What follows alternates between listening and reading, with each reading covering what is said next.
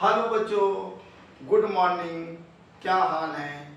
बढ़िया, मस्त, बहुत अच्छे चल रहे होंगे क्योंकि कोई पढ़ाई की तो चिंता है नहीं। रिजल्ट निकला और निकलने के बाद बढ़िया स्कूल सब बंदे चल रहे हैं, बढ़िया घर में कट रहा है समय, बहुत बढ़िया। खेल लो, कब तक खेलोगे? तो बच्चों ये समझो, अब आप पढ़ाई करो ना करो, हम तो चालू कर दिए। हम बीएससी पार्ट 1 की क्लासें लेना चालू कर दिया है। तुम लोग भी एक्टिव हो जाओ क्योंकि सिलेबस बहुत है, एग्जाम टाइम पे होगी और फिर तुम्हें प्रॉब्लम ही प्रॉब्लम होगी। इसलिए अब आंखें खोलो, मुंह धो लो और पढ़ाई चालू कर दो। तो बच्चों, फिजिकल केमिस्ट्री में, ऑर्गेनिक केमिस्ट्री में, इनऑर्गेनिक केमिस्ट्री में क्या क्या होता है, क्या करना है, क्या नहीं करना है, तुम्हें कुछ नहीं पता है, हमें सब पता है। हम बताएंगे तुम्हें क्या होगा। देखो बच्चों, बीएससी पार्ट 1 में तुम्हारे पास 3 सब्जेक्ट रहेंगे। 3 subject, PCM, physics, chemistry, math. और या तो किसी किसी के पास बायोलॉजी और केमिस्ट्री और बॉटनी, ये सिस्टम है। तो अब कोई भी सिस्टम हो, पेपर तो बच्चों 3 होंगे, इनऑर्गेनिक, ऑर्गेनिक और फिजिकल। पार्ट 1 की बात कर रहा हूं। ये बच्चों 50 नंबर का ये होगा, 50 नंबर का ये होगा, 50 नंबर का ये होगा। टोटल बताओ जरा कितना हुआ? 150। और 50 नंबर तो मैं हम यहाँ पे प्रैक्टिकल के जोड़ देता हूँ, 50 का प्रैक्टिकल है, तो कुल मिलाकर के नंबर हो गए 200। अब 200 नंबर की केमिस्ट्री हो गई, 200 नंबर की फिजिक्स, 200 नंबर की मैथ। टोटल कितने हुए बताओ? 600। टोटल हुए 600। अब ये 600 जो हुए, रुपए ना समझ लेना, ये नंबर है, मार्क्स। कोई दिमाग ज्यादा चलाते हो, ये मार्क्स हैं 600 नंबर के। अब यही पार्ट 1 में होगा, यही पार्ट 2 में हो जाएगा, पार्ट 3 में यही होगा। लेकिन पार्ट 3 में बच्चों 2 सब्जेक्ट रह जाएंगे, 2 सब्जेक्ट। पेपर यही होगा, जब पार्ट 3 में जाओगे तब समझाएंगे। जब 2 सब्जेक्ट रहेंगे तो कितने कितने नंबर के पेपर होंगे, क्या होगा क्या नहीं होगा, प्रैक्टिकल कितना होगा, क्या समझाने से भी कोई फायदा तो है नहीं। तो अब थर्ड तक कहाँ जाए, केवल अभी पार्ट 1 समझो। तो जैसा पार्ट 1 है वैसा ही पार्ट 2 होगा। पार्ट 3 में थोड़ा सा वेरिएशन आएगा, वो फिर जब तुम 2 साल मतलब पार्ट 1 पार्ट 2 कर लोगे तब थर्ड ईयर में आपको समझाएंगे। अच्छा, टोटल बच्चों नंबर हो गए कितने? 1800। 1800 नंबर हो गए, बहुत भाई, नंबर तो बहुत। अभी तक तो तुम 500-600 में शायद तुम्हारी होती रही, अब 1800। अब आप कहोगे बहुत सर जी, नंबर तो बहुत है। हाँ, वो तीनों साल के हैं, जोड़ के मिलाए तब 1800 बने हैं। और बच्चों क्या होगा, जैसे पार्ट 1 में हुआ ये कि तुम्हारे जितने नंबर आएंगे उसकी मार्कशीट मिल जाएगी। बस इतना मिल जाएगा कि पास हो कि फेल हो, परसेंटेज नहीं बताएंगे, पास फेल की मार्कशीट मिलेगी। सेकेंड ईयर में यही काम होगी, लेकिन हाँ, सेकेंड ईयर वाले में पार्ट 1 वाले नंबर जोड़ दिए जाएंगे। वो कोने में कहीं लिखे होंगे, कोने में मार्कशीट के कोने में लिख देंगे कि ये 600 नंबर में से इतने नंबर तुम्हारे प्रीवियस के थे, और सेकेंड ईयर के पूरा डिटेल में बताएंगे। और फिर जब थर्ड ईयर की मार्कशीट बनेगी तो थर्ड ईयर के नाम मार्क्स होंगे और ये प्रीवियस सेकेंड ईयर के कोने में लिखे होंगे, और तीनों का टोटल बनाएंगे और तीनों साल के टोटल बना करके फिर तुम्हें डिवीजन बताएंगे कि तुम फर्स्ट डिवीजन हो कि सेकंड डिवीजन में कि थर्ड डिवीजन में। ये तब फिर तुम्हें बताया जाएगा। और जब तुम्हारी नौकरी लगेगी तो नौकरी में बच्चों यही जो थर्ड ईयर की मार्कशीट होगी ये जरूरत पड़ेगी, इनका कोई जरूरत नहीं, थर्ड ईयर वाले में जरूरत पड़ेगी नौकरी में, वही मांगी जाएगी। दिखाओ दिखाओ थर्ड ईयर की मार्कशीट दिखाओ, कितने परसेंट, उसमें सब तुम्हारा पूरा चिट्ठा, पूरा हिसाब किताब उसमें तुम्हारा लिखा होगा। तो कुल मिलाकर के 3 साल में अपने आप को संभाल लो। जैसे इसमें गड़बड़ हो गया तो यहाँ संभल जाओ, यहाँ नहीं संभल पाए तो यहाँ संभल जाओ, जहाँ पे संभले पाओ संभल जाओ अपने आप, ठीक। और फिर आपको मार्कशीट मिल जाएगी। तो नंबर केमिस्ट्री के पेपर भी समझ लिया, नंबर भी समझ लिया। अच्छा हाँ, थोड़ी सी बात और बच्चों तुम्हें बता दें कि जैसे यहाँ पे इनऑर्गेनिक का पेपर अभी जो हुआ था, थोड़े बहुत हो गए थे, कुछ नहीं हुए थे, जैसे प्रीवियस वालों का तो इस साल हो ही नहीं पाया कोरोना के चक्कर में। तो इसमें ये 2 पेपर तुम्हारे जो है थ्योरेटिकल थे, यानी थ्योरी जैसे आप लोग लिखते चले आए, और फिजिकल जो है ये तुम्हारा पेपर ऑब्जेक्टिव था, ये ऑब्जेक्टिव पेपर था। ऑब्जेक्टिव में पेपर क्वेश्चन दे देते हैं और उसमें 100 क्वेश्चन दे देते हैं, 1-1.5 नंबर का शायद पूछ देते हैं, एक नंबर जो भी हो। नेगेटिव नहीं होता है, पॉजिटिव में जब मतलब नंबर तुम्हें गलत किया तो तुम्हारे नंबर कट के नहीं मिलेगा, जो सही किया उसका नंबर मिलेगा।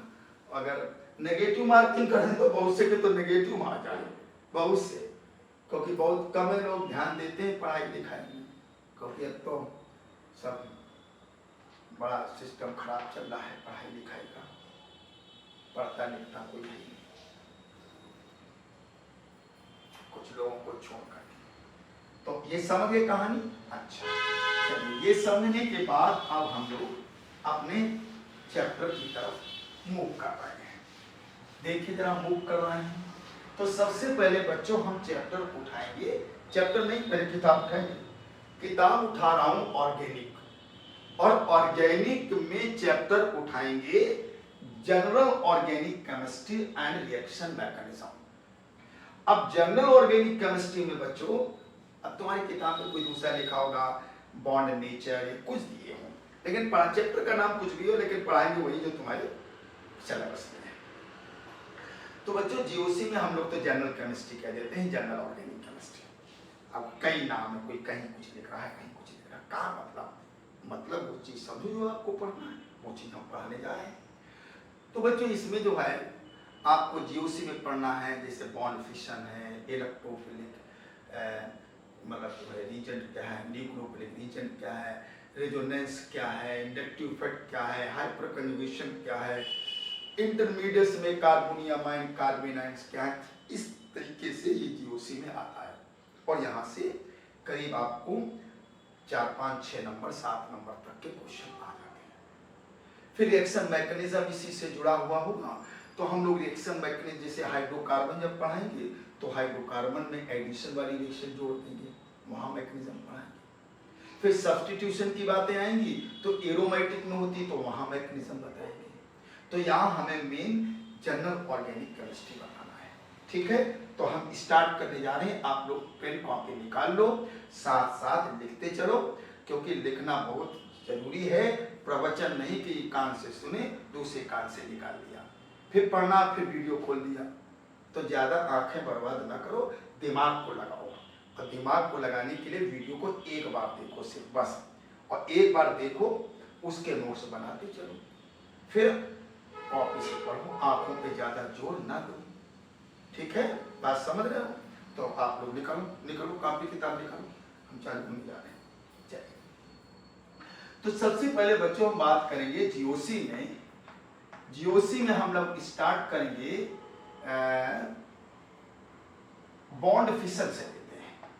चलिए बॉन्ड फिशन, चलिए कुछ बातें आप लोगों ने पढ़ा भी है, इंटर में पढ़े लिखे घूम रहे हो, पढ़ा लिखा भी है। बॉन्ड फिशन से उठाते हैं। बॉन्ड फिशन बच्चों क्या है? बॉन्ड फिशन का मतलब होता है ब्रेकिंग ऑफ बॉन्ड, बॉन्ड का टूटना। जानती हो जब रिएक्शनें होती तो बॉन्ड टूटेंगे, पुराने बॉन्ड टूटेंगे, नए बॉन्ड बनेंगे, तब रिएक्शन होगी। तो breaking of bond of a molecule is called bond fission. चलिए एक लाइन लिखते चलें, breaking of a bond, breaking of a bond of a molecule of a molecule is called bond fission. ठीक है बच्चों, ये bond fission हो गया. Any breaking of a bond of a molecule is called bond fission. यानी किसी molecule के bond का टूटना ये बॉन्ड फिशन होगा. ये हमारा बॉन्ड फिशन होगा, breaking of a bond of a molecule. लिखते जाइए. ठीक है. अब बच्चों ये दो तरीके का होता है, ये चीज आप देख लीजिए. दो चीज में एक है होमोलिटिक फिशन. होमोलिटिक फिशन या हम इसको होमोलिसिस कह देते हैं. होमोलिसिस कह देते हैं. दूसरा है हेट्रोलिटिक फिशन. हेट्रोलिटिक का मतलब होता है हेट्रोलिसिस.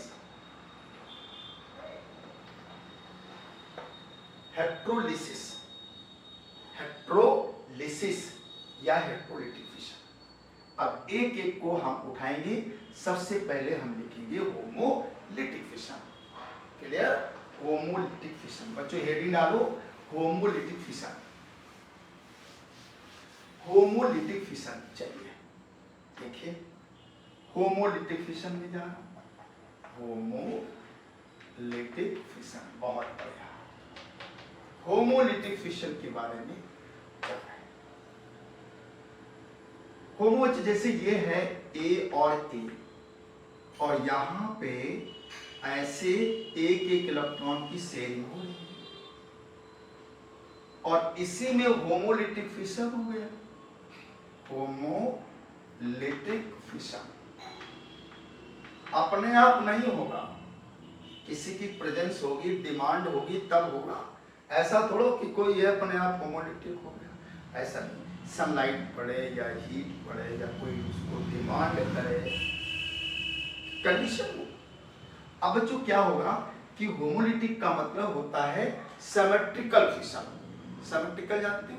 समान रूप से ये अपना और अपना इलेक्ट्रॉन लेकर अलग हो जाए. दोनों की एक की शेयरिंग हो रही थी, दोनों का इलेक्ट्रॉन अपना लेकर के अलग हो गए. इसको हम फ्री रेडिकल्स बोलेंगे. तो क्या बोलेंगे? Free radicals. यानी ये अपना ले लिया, ये अपना ले लिया, अपना इलेक्ट्रॉन लेकर के ये अलग हो गए. इनको हम फ्री रेडिकल क्या बोलेंगे? फ्री रेडिकल्स बोलेंगे. एक इलेक्ट्रॉन से दोनों की काम चल रहा था, अब अपना लेकर के इन दोनों का सपना टूट गया. यहाँ तो सपना संयोजित था, दोनों की ऑर्बिट कंप्लीट थी, अभी एक की कमी हो गई. दोनों बहुत ही हाईली रिएक्टिव हो गए बच्चों. हाईली रिएक्टिव, बहुत रिएक्टिव हो गए. क्यों? क्योंकि कमी हो गई ना इलेक्ट्रॉनों की, तो होमोलिटिक फिशन हो गया. आप कहेंगे सिमेट्रिकल फिशन. लिखने थोड़ा सा लिख देता हूं, नहीं तो कहियो कॉपी खुलवा के लिखा है खा कुछ रहो नहीं, और कॉपी खुलवा दिया. Symmetrical fission of A covalent. Symmetrical fission of a covalent bond of a molecule is called homolytic fission. Any symmetrical fission of a covalent bond of a molecule is called homolytic. Symmetrical के स्थान पे तुम equally बच्चों कर सकते. Equally आप कहेंगे equally क्यों? इक्वली माने समान रूप से. देखो अपना लेकर के अलग हो गए, कोई लड़ाई कोई झंझट नहीं है, अपना लेकर के अलग हो गए. Homolytic fission.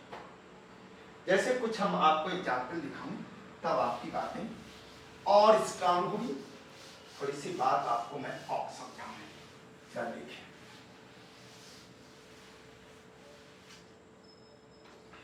बच्चों बात ये है कि यहां पर आपने ये चीज ले लिया। अब यहां पे होमोलिटिक फिशन हुआ, होमोलिटिक फिशन। होमोलिटिक फिशन में एक एक इलेक्ट्रॉन की शेयरिंग हो गई। अब देखिए कार्बन और हाइड्रोजन के बीच में इलेक्ट्रोनेगेटिविटी का बहुत ज्यादा अंतराल नहीं, अपना इसने अपना ले लिया, इसने अपना ले लिया, अपना अपना इलेक्ट्रॉन लेकर के अलग हो गए। जब अपना अपना इलेक्ट्रॉन लेकर के अलग हो गए तो भैया इन लोगों का सपना टूट गया। ये देखिए इस तरीके से ये आपको मिल गया, इसका होगा नाम मेथिल फ्री रेडिकल। बहुत बढ़िया, मेथिल फ्री रेडिकल, और इसका नाम hydrogen free radical. Hydrogen free radical से भी होगा, हाइड्रोजन फ्री रेडिकल्स, ये बात है। ठीक है, अब बच्चों क्या होगा, इस के बारे में कुछ बातें हमें करनी है। अब आप कहोगे बातें करो, बातें करने से कौन मना कर रहा है? हाँ कुछ करेंगे बातें। पहले इसको हम ओपन करके दिखा देता हूं, ऐसे ऐसे, और यहां पर देखिए कितने इलेक्ट्रॉन इसके पास होंगे? 4। कार्बन के वैलेंस शेल में 4 इलेक्ट्रॉन होते हैं, ठीक है, 4 इलेक्ट्रॉन होते हैं। तो 4 इलेक्ट्रॉन में ऐसे आप लोग जब ऐसे करेंगे, हाइड्रोजन के पास भी तो एक एक होगा, और ऐसे शेयरिंग कराएंगे, ऐसे बहुत बढ़िया चल रहा है काम। ये देखो, बताओ कार्बन के वैलेंस शेल में कितने इलेक्ट्रॉन हो गए? 4 तो स्वयं के थे, एक एक शेयरिंग से मिल गया, तो बच्चों हो गए कितने? यहाँ पे 7 इलेक्ट्रॉन यहाँ पर कार्बन के पास हो गए। बहुत बढ़िया, 7 इलेक्ट्रॉन, यानी इसमें 7 इलेक्ट्रॉन है, एक की कमी है ना? हाँ, इसका मतलब 7 इलेक्ट्रॉन है। आप इसे इलेक्ट्रॉन डिफिशिएंट स्पीशीज कह सकते हो। बहुत अच्छे, सही है, इलेक्ट्रॉन डिफिशिएंट स्पीशीज है, इलेक्ट्रॉन की कमी वाला, इलेक्ट्रॉन की कमी है। क्या इसमें है? इलेक्ट्रॉन की कमी है। और देखो हम ऑर्गेनिक कंपाउंड पढ़ा रहे हैं, ऑर्गेनिक केमिस्ट्री पढ़ा रहे हैं, तो जो हमारा फ्री रेडिकल्स होगा वो कार्बन से मतलब है ज्यादातर। हालांकि ये भी हमारे पास फ्री रेडिकल्स है, हाइड्रोजन Cl पे रख दो तो Cl फ्री रेडिकल्स है, ठीक है, लेकिन हमें मतलब है ज्यादातर कार्बन के फ्री रेडिकल से। ठीक है, क्लियर हो गया। अब बात ये आती है कि बच्चों फ्री रेडिकल होता क्या है? अच्छा एक बात और तुम्हें समझाऊं, ये फिशन उन्हीं एटम के बीच में होगा, जैसे कार्बन हाइड्रोजन के बीच हो रहा है, कार्बन कार्बन के बीच हो सकता है, यानी उन एटम के बीच में होगा जिनके बीच इलेक्ट्रोनेगेटिविटी का डिफरेंस या तो 0 होगा या तो बहुत ही कम होगा, 0 या तो बहुत ही कम होगा। क्लियर? 0 या तो बहुत ही कम होगा बच्चों, याद रखिए, 0 या तो बहुत ही कम होगा। ठीक है, तो इस तरीके से, जैसे मान लो एक और एग्जाम्पल तुम्हारे हम सामने डाल देता हूं, जिससे तुम्हारी और आंखें खुल जाएं और भी अच्छी तरीके से बातें समझ में आ जाएं। बहुत बढ़िया, बहुत बढ़िया हम लोग चल रहे हैं, ऐसे चलते रहो, आगे बढ़ते रहो, काम अपना करते रहो, खुशियां अपने आप आ जाएंगी जीवन में। ये देखो, यहां होमोलिटिक फिशन हुआ, होमोलिटिक फिशन हुआ बच्चों, होमोलिटिक फिशन हुआ, ठीक है, होमोलिटिक फिशन। अब देखिए यहां इस कार्बन कार्बन के बीच में बॉन्ड है, और ये हाइड्रोजन और कार्बन के बीच में। अब तोड़े कौन? कोई कोई ये तोड़ेगा, कोई कोई ये तोड़ेगा। अच्छा ये तोड़ो चाहे ये तोड़ो, चाहे ये तोड़ो, चाहे ये तोड़ो, चाहे ये तोड़ो, चाहे ये तोड़ो, बातें की है, लेकिन इसमें फर्क है। तो बच्चों बॉन्ड ये टूटेगा। आप कहो ये क्या, जो तुम्हारी मर्जी आ रही वो तोड़ रहे हो, हम यहाँ करवा रहे हो हमसे।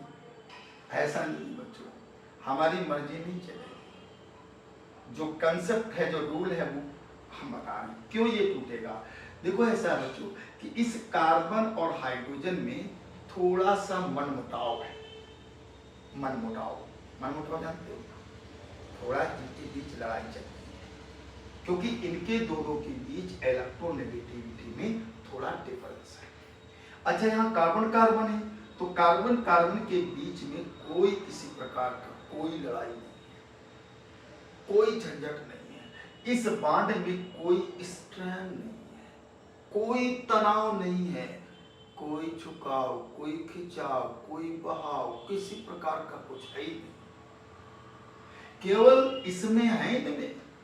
तो भैया जब किसी प्रकार की बॉन्ड ब्रेकिंग की समस्या आएगी तो जिनमें मनमुटाव है वही टूटेगा। इसलिए ये मनमुटाव तो जरूर है, लेकिन बड़े जो है ईमानदारी का नाता निभाते हैं। कहते भैया अपना अपना इलेक्ट्रॉन लेके अलग हो जाओ, हम लोगों की नहीं पट रही है तो अलग हो जाओ, अपना अपना लेके जाओ। तो कहते ठीक है भाई, जैसा तुम कहोगे वैसा करेंगे, क्योंकि तुम ये देखिए ऐसे इस तरीके से एथिल फ्री रेडिकल बन गया, ये हाइड्रोजन फ्री रेडिकल बन गया। तो देखिए ये बॉन्ड ना टूटकर ये बॉन्ड टूटेगा। ऐसे सब टूट के आप लोग देखिए C2H6 में जब Cl2 की रिएक्शन कराते हो तो एक एक H करके सब निकल जाते हैं और लास्ट में C2Cl6 बन जाता है, याद है? अगर बीच वाला बॉन्ड टूटता है ऐसे तो यहाँ पर एक Cl यहाँ मिलकर के इलेक्ट्रोक्राइड के 2 मॉलिक्यूल बन जाते, काम खत्म। वो नहीं टूटता है तो ये कंपाउंड आपको करना है, यानी हाइड्रोजन वाले बॉन्ड एक एक करके टूट के सब निकलते हैं और क्लोरीन जाके जुड़ता जाता है तो लास्ट में C2Cl6 बन जाता है। क्लियर हो गया होगा? अब बहुत ही अच्छी तरीके से आप क्लियर हो गया होगा, बहुत बढ़िया। अब बच्चों आता है कि भाई फ्री रेडिकल्स हैं क्या? जरा कोई डिफाइंड करो, डिफाइंड करोगे? हाँ करेंगे। जरा बच्चों देखिए फ्री रेडिकल्स की बात कर रहे हैं। आप जब फ्री रेडिकल की बात करेंगे तो देखिए फ्री रेडिकल्स की बात करो क्या है। आप कहेंगे दोस न्यूट्रल एटम्स और group of atom which has unpaired electron and are formed by homolytic fission are called free radical।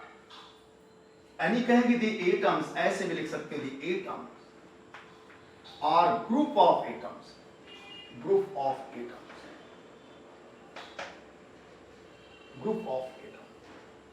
containing, बहुत बढ़िया, containing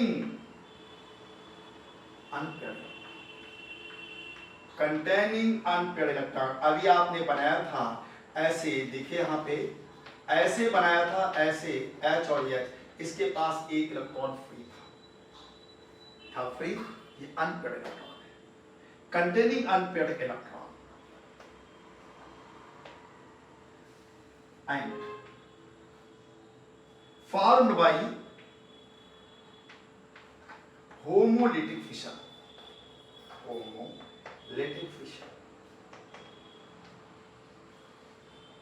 are called free radicals।